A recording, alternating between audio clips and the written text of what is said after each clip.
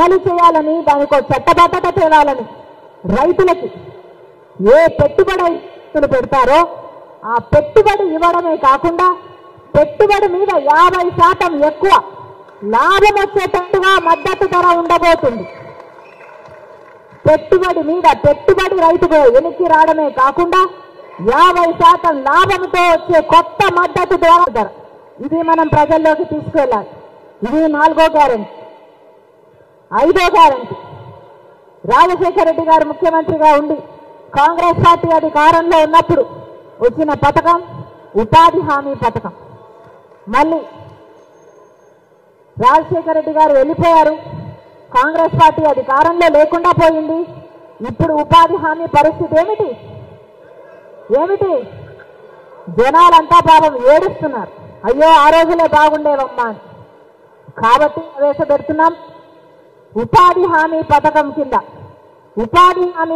కింద కనీస వేతనం కూలీలకు 400 రూపాయలు ప్రతిరోజు, 400 రూపాయలు ప్రతిరోజు ఇచ్చే పథకం 5వ గ్యారెంటీ. 6వ గ్యారెంటీ, రాజశేఖర రెడ్డి గారు ఉన్నప్పుడు ఫీజు రీయింబర్స్మెంట్ ఉండేది.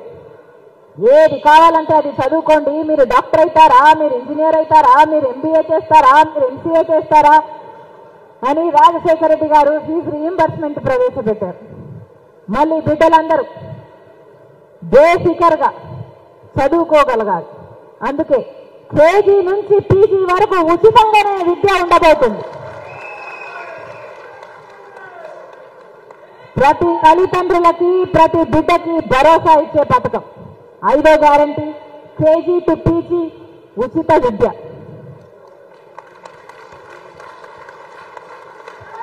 6వది,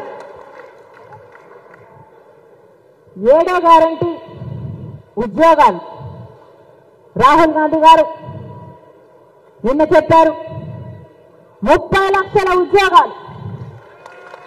కాంగ్రెస్ పార్టీ కేంద్రంలో అధికారంలోకి వస్తే ఖాళీగా ఉన్న ప్రభుత్వ ఉద్యోగాలు 30 లక్షల ఉద్యోగాలను భర్తీ చేస్తుంది కాంగ్రెస్ పార్టీ.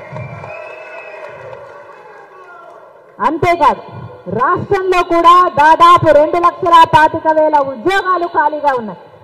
ఇదే ఉద్యోగాలు ఖాళీగా ఉండి జగన్మోహన్ రెడ్డి గారు అధికారంలోకి రాకముందు వాళ్ళ మేనిఫెస్టోలో చెప్పిన అంశం, ఆ రోజు 2,30,000 ఉద్యోగాలు ఖాళీగా ఉన్నాయి, ప్రభుత్వ శాఖల్లో ఖాళీగా ఉన్నాయి, మేము అధికారంలోకి వస్తే వాటిని భర్తీ చేస్తామని చెప్పాడు జగనన్న గారు 5 సంవత్సరాల క్రితం. ఆ ఉద్యోగాలు ఈ రోజు వరకు కూడా భర్తీ కాలేదు. ఆ 2,30,000 ఉద్యోగాలు ఈ రోజు 2,25,000 ఉద్యోగాలు ఈ రోజు వరకు కూడా ఖాళీగానే ఉన్నాయి. అవి కాంగ్రెస్ పార్టీ భర్తీ చేస్తుంది. 2,25,000 ఉద్యోగాలు మొట్టమొదటి సంతకంగా రాష్ట్రంలో కాంగ్రెస్ పార్టీ అధికారంలోకి